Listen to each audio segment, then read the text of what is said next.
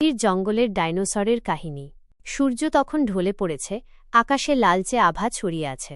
গভীর জঙ্গলের নিস্তব্ধতা মাঝে মাঝে ভেঙে যাচ্ছে অদ্ভুত কিছু আওয়াজে। ঝোপঝাড়ের আড়ালে লুকিয়ে আছে এক বিশাল প্রাণী, তার গায়ের চামড়া পাথরের মতো শক্ত, দাঁতগুলো তীক্ষ্ণ, আর চোখ দুটি যেন জ্বলজ্বল করছে। এটা কোনো সাধারণ প্রাণী নয়, বরং বিলুপ্ত হয়ে যাওয়া এক ডাইনোসর। অজানা জঙ্গলের রহস্য। বিজ্ঞানী আর অভিযাত্রীরা বহু বছর ধরে এই জঙ্গলের গভীরে ডাইনোসরদের অস্তিত্বের প্রমাণ খুঁজে চলেছেন।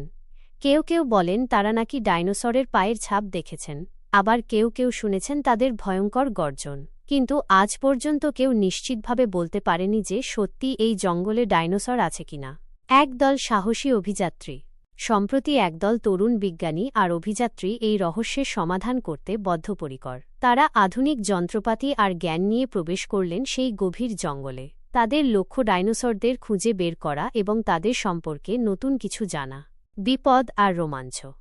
জঙ্গলটা যেমন গভীর, তেমনই ভয়ঙ্কর। পদে পদে লুকিয়ে আছে বিপদ, হিংস্র জীবজন্তু, পিচ্ছিল পথ আর ঘন কুয়াশা। কিন্তু বিজ্ঞানীদের দল তাদের লক্ষ্য থেকে পিছপা হলেন না। তারা এগিয়ে চললেন ডাইনোসরের খোঁজে। ডাইনোসরের সাক্ষাৎ। দিনের পর দিন, রাতের পর রাত তারা জঙ্গলের আনাচে কানাচে ঘুরে বেড়ালেন। অবশেষে একদিন তারা এমন কিছুর সন্ধান পেলেন যা তাদের সমস্ত পরিশ্রমকে সার্থক করে তুলল। তারা খুঁজে পেলেন একটি বিশাল ডাইনোসরের কঙ্কাল। নতুন তথ্য। কঙ্কালটি পরীক্ষা করে বিজ্ঞানীরা জানতে পারলেন যে এটি একটি নতুন প্রজাতির ডাইনোসর। তারা এর নাম দিলেন অরণ্যসরাস। এই আবিষ্কার প্রমাণ করল যে সত্যিই গভীর জঙ্গলে ডাইনোসররা আজও বেঁচে আছে। শিক্ষা আর অনুপ্রেরণা। এই কাহিনী আমাদের শিক্ষা দেয় যে সাহস আর পরিশ্রমের মাধ্যমে যে কোনো অসম্ভবকে সম্ভব করা যায়। বিজ্ঞানীরা যেমন ডাইনোসরের রহস্য উন্মোচন করেছেন, তেমনি আমরাও নিজেদের স্বপ্ন পূরণ করতে পারি।